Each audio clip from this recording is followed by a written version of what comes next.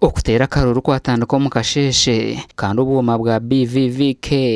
bwakoresebwa omu polling station zona. Ba sub county councillors twinemu direct elected councillors abomwa tireho izina rya ngo ba councillor babashija cyonka n'abakazi nabasa kwesimbaho then n'aba women councillors kamwenje twina magomboro 18 cyonka magomboro 2 tigine mu karuru igombora rya Bihanga sub county tirine mu karuru cha person n'aba councillor bari opposite nakabuye nicyo kimwe transparency and accountability nabwo cyo ebiro byenyerekerire kubakora ni nyendo bumwe ni nyende ntunguka kandi ebiturakora byo biruko kandi kuturamare kubukora nabwo bene birebe so nicyo kigenderwa cyanje ibintu already mu bikozurwe gati no garka katandi kirebe bitakakozurwe bikakorwa konka nimbamya ngo kuna bagambira ngo unit ntuza kubukora turukamwa bwo kubano kwatanisa kandi tugenderire entunguka yakamagutabuza omyanya minje itwashikamu akaruru kabana katambura kurunji hatariho kuteganisibwa kuona akarura kitaha kabanza kateganisa mu habwa za computer za yanga gukora konka kuhamara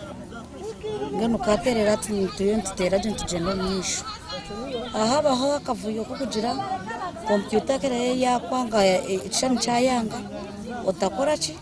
utatera kandi mu geste orimo echo konka bamabije bakisorovinga bakitereza nyetagame ya wanje wini shine ni saba abukatukorire kamwenje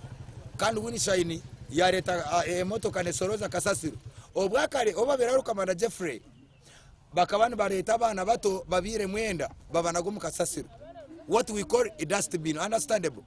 chonka with this time emotoka ne kusanga buri kusanga yaho kasasiro nturuga mu bw'emirama hod kandi akaruru akerizoba kakagira mu bucankana ni bwinji mununga habwe byo makomaza jafa konka ebyome byo poto ahirwa ruhanga yatuyemba tafuna bo turi kubitereza ngweno ebyome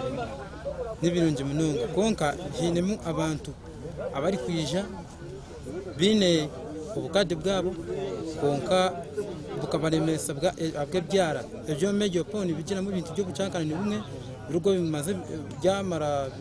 byamara bikore Gashakwa Anthony Twine.